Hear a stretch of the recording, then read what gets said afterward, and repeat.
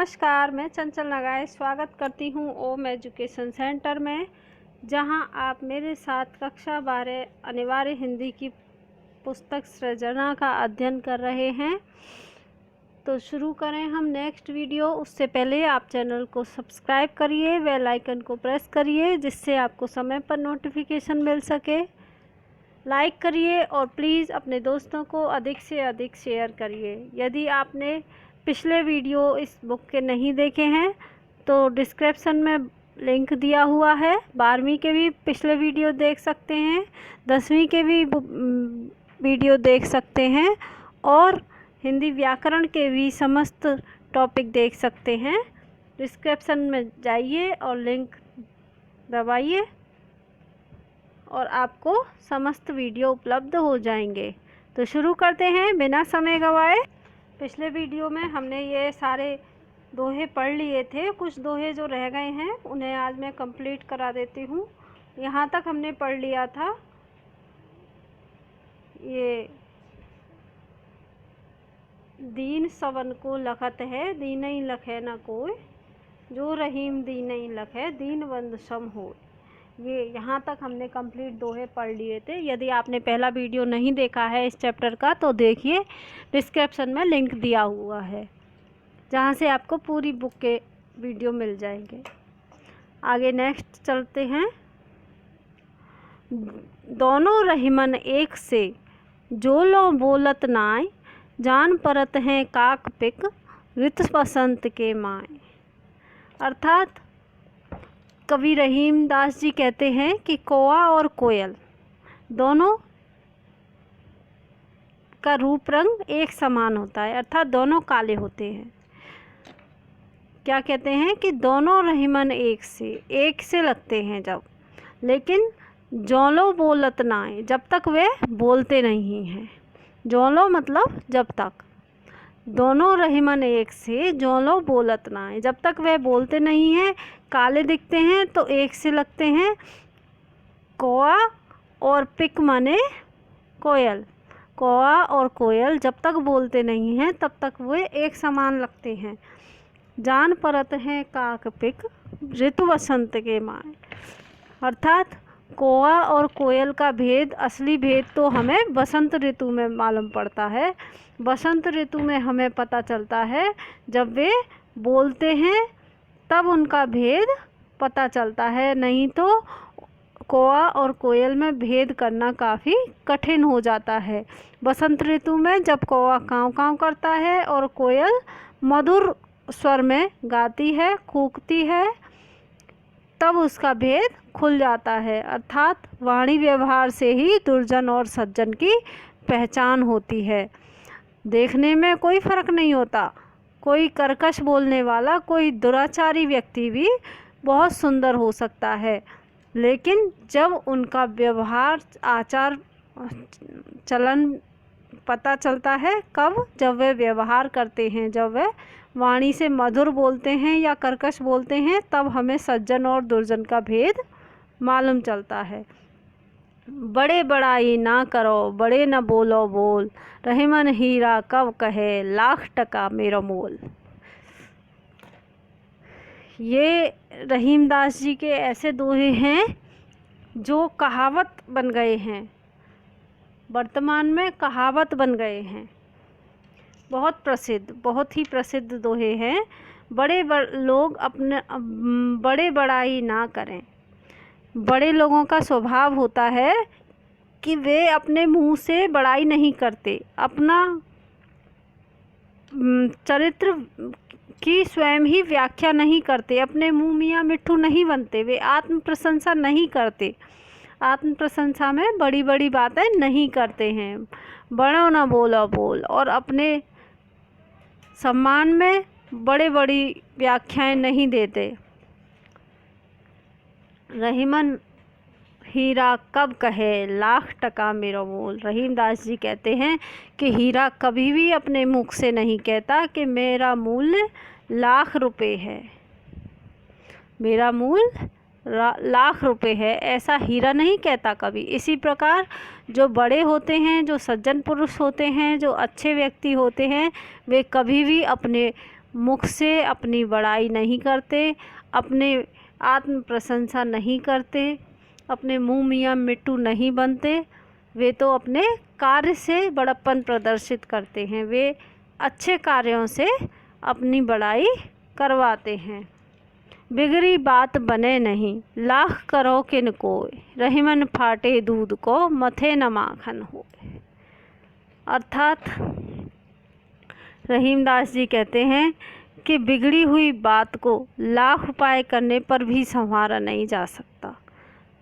जैसे ठीक वैसे ही बिगड़ी बात बने नहीं, लाख करो किन होए। यदि बात बिगड़ गई तो लाख जतन करने पर भी हम उसे संभाल नहीं सकते। कैसे? रहीमन फाटे दूध को, मथे न माखन हो। अर्थात जैसे फटे हुए दूध को लगातार मथने पर भी उसमें से मक्खन नहीं निकलता। यदि हमने दूध स्वयं जमाया है तो वह दही प्राप्त होगा, और हम उसे मथेंगे तो घी बिलोएंगे, बिलोने पर घी निकलेगा। लेकिन फटे हुए दूध से हम घी निकालना चाहें, मथना चाहें, तो वे लाख मथने पर भी उससे हमें कोई माखन प्राप्त नहीं होता। इसी प्रकार बिगड़ी हुई बात को हम लाख उपाय कर लें, फिर भी वह कोशिश करने पर भी कैसे भी संभल नहीं सकती। आशय यह है कि सदा कोशिश यह करनी चाहिए कि बात बिगड़े ही नहीं। आचरण और वाणी पर नियंत्रण रखना चाहिए, क्योंकि हमारी वाणी से, हमारे आचरण से यदि कोई बात बिगड़ गई तो फिर लाख संभाले भी वह संभलेगी नहीं। विपत्ति भय धन ना रहे, रहे जो लाख करोड़, नव तारे छिप जात हैं, जो रहे मन भय भोर। रहीमदास जी क्या कह रहे हैं कि विपत्ति भय धन ना रहे, रहे जो लाख करोड़, नव तारे छिप जात हैं, जो रहीम भय भोर। रहीमदास जी कहते हैं कि जब विपत्ति आती है तो चाहे लाखों हो चाहे करोड़ों हो, हमारे पास धन हमारे पास नहीं रहता। विपत्ति आने पर लाखों और करोड़ों की संचित संपत्ति भी नहीं रहती। ठीक उसी प्रकार जिस प्रकार नव तारे छिप जात हैं, जो रहीम भय भोर। जैसे ही भोर होने पर छोटे छोटे तारे पता नहीं कहाँ छिप जाते हैं। रहीमदास जी कहते हैं कि जैसे ही सवेरा होता है, सूर्य का प्रकाश आता है, वैसे उसी प्रकार उसी समय तारे पता नहीं कहाँ छिप जाते हैं। इसी प्रकार विपत्ति आने पर हमारे पास चाहे लाखों की संचित संपत्ति हो चाहे करोड़ों की हो, वो पता नहीं कहाँ गायब हो जाती है। मांगे घटत रहीम पद, कितो करो बड़ी काम, तीन पैग वसुधा करो, तऊ बामने नाम। अर्थात रहीमदास जी कहते हैं कि आदमी चाहे कितना ही बड़ा हो, एक बार याचक बनते ही उसका बड़प्पन एवं सम्मान धूल में मिल जाता है। मांगे घटत रहीम पद, कितो करो बड़े नाम। यदि आपने कितना भी नाम कर लिया, कितना भी पैसा कमा लिया, कितने भी बड़े आदमी बन गए, लेकिन मांगे घटत, यदि आपने किसी से कुछ मांग लिया, याचना कर ली, तो आपका पद धूमिल हो जाएगा, आपका सम्मान घट जाएगा। ठीक उसी प्रकार जिस प्रकार तीन पैग वसुधा करो, तऊ बावने नाम। अर्थात भगवान ने 3 पग से समस्त पृथ्वी आकाश आदि को नाप लिया था। जब भगवान विष्णु 52 का अवतार धारण करके राजा बलि के यहाँ भिक्षा मांगने आए, तो उन्होंने 3 पग भूमि मांगी, और उन 3 पगों में सारी वसुधा, सारी पृथ्वी और सारा आकाश सब कुछ नाप लिया था। लेकिन फिर भी उन्हें 52 नाम दिया गया। बोना 52 का दूसरा अर्थ, 52 का एक अर्थ तो ब्राह्मण होता है, जबकि 52 का दूसरा अर्थ क्या होता है? बौना। फिर भी उनको बौना नाम, तुच्छ नाम, बौना नाम क्या है? तुच्छ है, तो उनको बौना नाम दिया गया। फिर भी उनको बौना नाम दिया गया।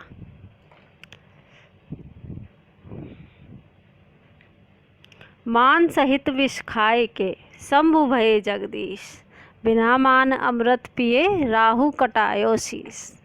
अर्थात मान सहित विष खाए के शंभु भये जगदीश। रहीमदास जी कहते हैं कि देवताओं के द्वारा बड़े आग्रह और बड़े सम्मान से जब शिव जी को कालकूट विष पिलाया गया, देवताओं ने, सुर किन्नर नर आदि सभी ने कि ये विष निकलेगा। देवताओं ने जब समुद्र मंथन किया और उसमें से जब विष निकला तो बहुत आग्रह करके, बड़े मान सम्मान के साथ प्रार्थना करके भगवान शिव शंकर को निवेदन किया कि आप इस विष को धारण करिए, आपके अलावा और कोई इसे सहन नहीं कर सकता, नहीं तो सारी पृथ्वी, सारा संसार, सारा ब्रह्मांड नष्ट हो जाएगा। तो इस प्रकार मान सम्मान से कहने को उन्होंने विष पिया था, कालकूट जहर, लेकिन फिर भी वे जगदीश्वर के रूप में पूजित हैं, क्योंकि उन्होंने वह विष भी मान सम्मान से खाया।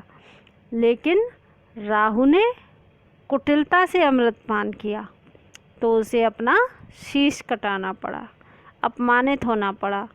सार ये है कि मान सम्मान से हम कितनी भी गंदी चीज़ का सेवन करें, वह हमारे लिए अधिक उत्तम है, वह हमें अधिक सम्माननीय होनी चाहिए।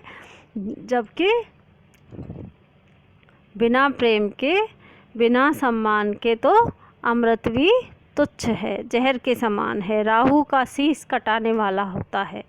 जैसे राहु का शीश अमृत पान से, बिना मान के अमृत पान किया तो उससे राहु का शीश भी कट गया।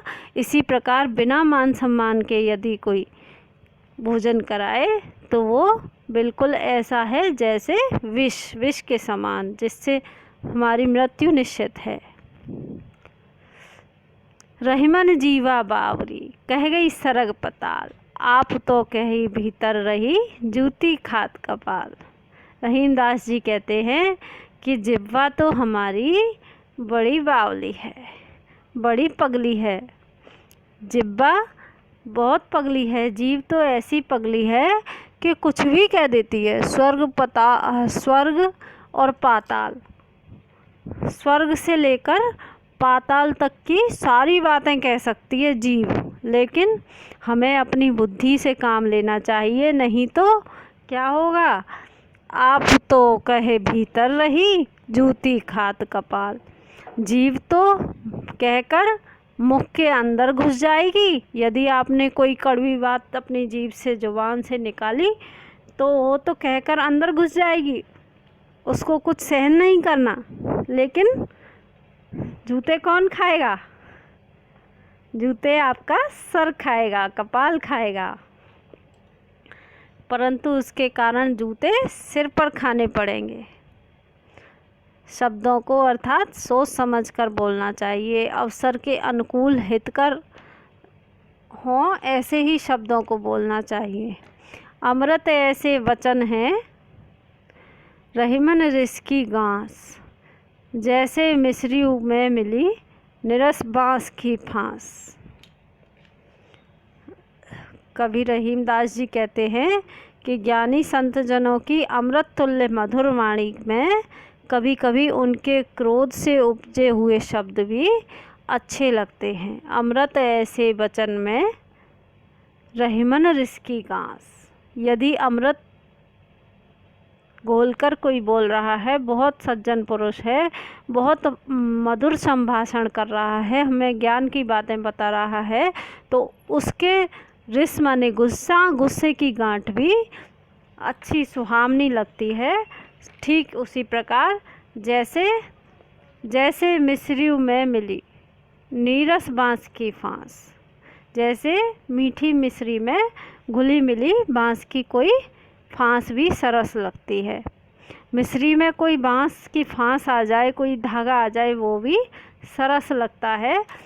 मिस्री के कुंजों में कभी कभी देखा होगा आपने, हल्की सी बांस की फांस या कोई धागे का टुकड़ा भी आ जाता है तो वो भी सरस मालूम पड़ता है। इसी प्रकार सज्जन पुरुषों की मीठी वाणी में कोई गुस्से वाली शब्द भी आ जाएं, वो भी अच्छे लगते हैं। शुरू करते हैं क्वेश्चन आंसर।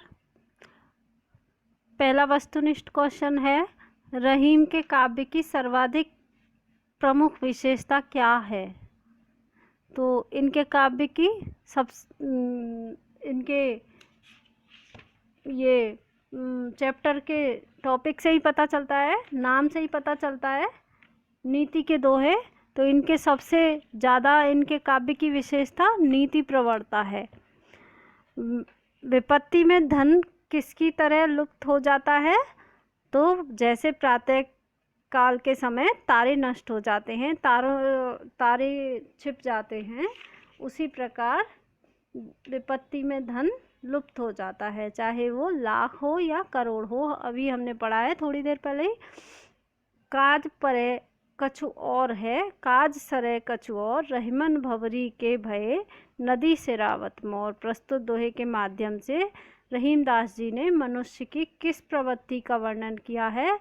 तो इस दोहे में मनुष्य की स्वार्थी प्रवृत्ति का वर्णन उन्होंने किया है कि वह स्वार्थ पूरा होते ही मोर जैसी चीज़ को, जिसे उसने जीवन की बहुत महत्वपूर्ण पड़ाव विवाह के समय सिर पर धारण किया था, उसको, उस मोर को भी नदी में सिरा देता है। स्वार्थ पूरा होने पर मनुष्य की कैसी प्रवृत्ति है? स्वार्थी प्रवृत्ति है। अपना स्वार्थ सिद्ध होने पर हर चीज़ को त्यागने की प्रवृत्ति है। नेक्स्ट है, कवि के अनुसार बुरे स्वभाव वाले व्यक्ति कैसे स्वभाव वाले व्यक्तियों की प्रवृत्ति में बदल जाते हैं? उदाहरण बताना है। तो बुरे स्वभाव वाले व्यक्ति उत्तम स्वभाव वाले व्यक्ति की प्रवृत्ति में बदल नहीं पाते हैं। ये पूछा है कि कैसे बदल नहीं पाते हैं। जैसे सर्प चंदन के वृक्ष पर लिपटे होने से भी उसको विषाक्त नहीं कर सकते। बुरे स्वभाव वाले व्यक्ति कैसे स्वभाव वाले व्यक्ति की प्रवृत्ति को नहीं बदल सकते, अच्छे स्वभाव वाले व्यक्ति की प्रवृत्ति को नहीं बदल सकते, उत्तम स्वभाव वाले व्यक्ति की प्रवृत्ति को ठीक उसी प्रकार नहीं बदल सकते। जैसे चंदन के वृक्ष पर लिपटे हुए सर्प उसकी चंदन की शीतलता को नहीं घटा सकते, उसकी शीतलता फिर भी बरकरार रहती है। चंदन अपने स्वभाव को सर्पों के विष के कारण त्यागता नहीं है और उनकी विषाक्तता को ग्रहण नहीं करता है। नेक्स्ट है, रहीमदास जी ने सज्जन व्यक्ति के रूठ जाने पर भी बार बार मनाने की बात क्यों कही है? कहा है ना, रूठे सज्जन मनाइए। तो रूठे हुए सज्जन व्यक्ति को बार बार इसलिए मनाना चाहिए कि उससे अपना ही भला होता है और सम्मान भी मिलता है। थोथे बादर क्वार के पिछली बात दोहे का भाव स्पष्ट कीजिए।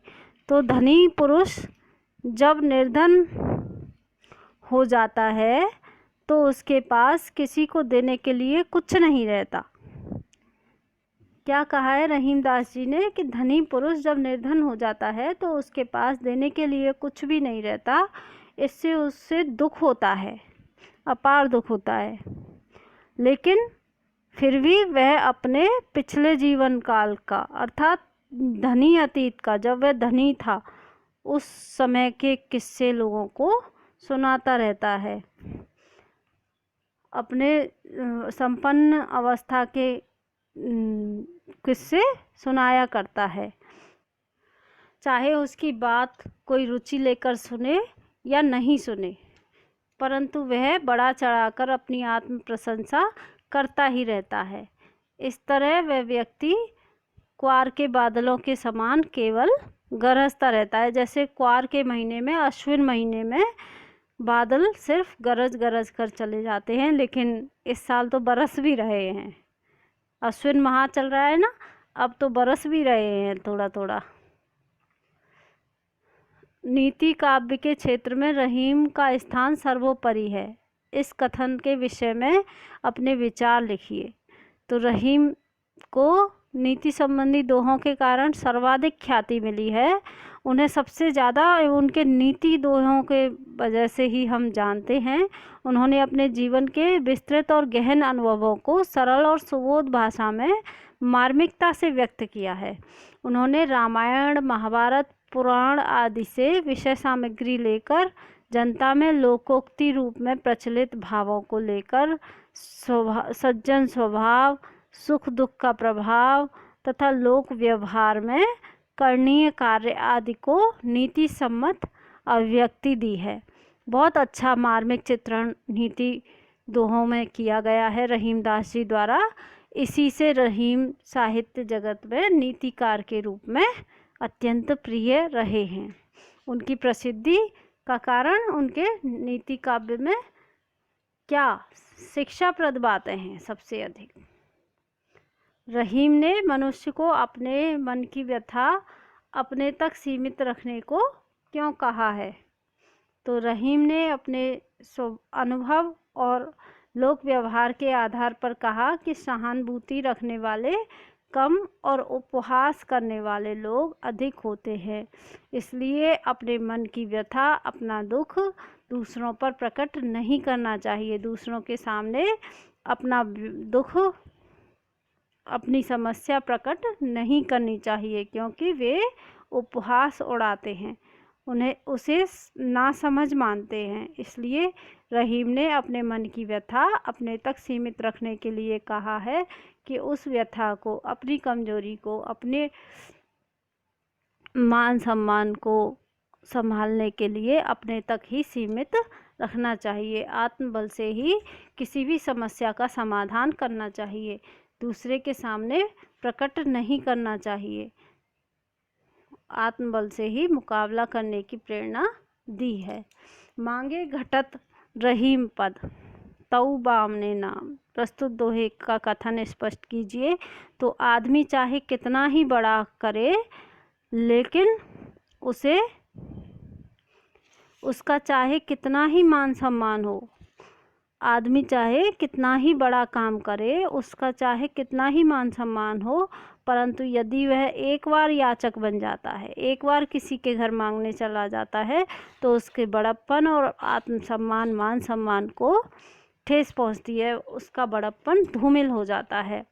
अतः बड़ा काम करने पर भी याचक बने व्यक्ति की प्रतिष्ठा कम हो जाती है। ठीक उसी प्रकार जैसे भगवान ने एक बार राजा बलि से 3 कदम भूमि मांग ली, तो इस याचना के कारण उन्हें वामन अर्थात बौना, छोटा कद वाला कहा जाने लगा, वामन नाम मिल गया। कहाँ भगवान विष्णु, और उनको भी, उनकी भी कीर्ति में एक अपमानजनक शब्द वामन यानी कि बौना जुड़ गया। अतएव याचक बनना कभी अच्छा नहीं रहता। नेक्स्ट व्याख्यात्मक प्रश्न है कि मान सहित विष खाए, राहु कटायो शीस। दोहे की सप्रसंग व्याख्या तो मैंने अभी आपको व्याख्या करवाई है। आप सक्षम हैं, 12th क्लास के स्टूडेंट हैं, तो व्याख्या अपने आप लिखिए।